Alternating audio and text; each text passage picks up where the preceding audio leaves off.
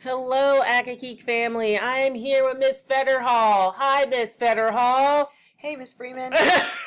So, we are going to briefly show you how to finally add all of your students into Classcraft. Thank you for your patience. I know it's been a lot. So, let's do this. So, there's two ways.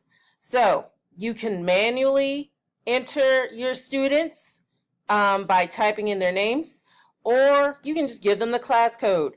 So we recently found out that the administration had to enter all of our students' names into our private server. They have done that. So all of our kids 6 through 8 are officially now in.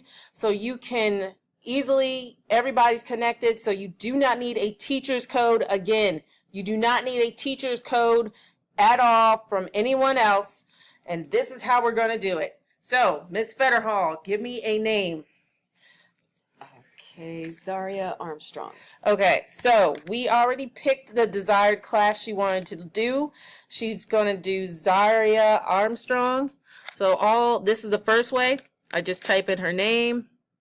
Sorry, I'm a slow typist. Click and enter.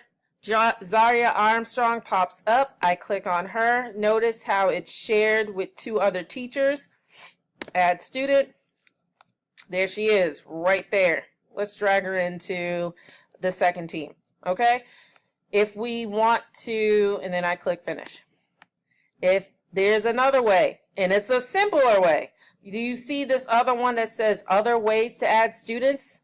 You click on add existing students because we have the database now. All you need to do is click on use class code. Boom. Let that soak in.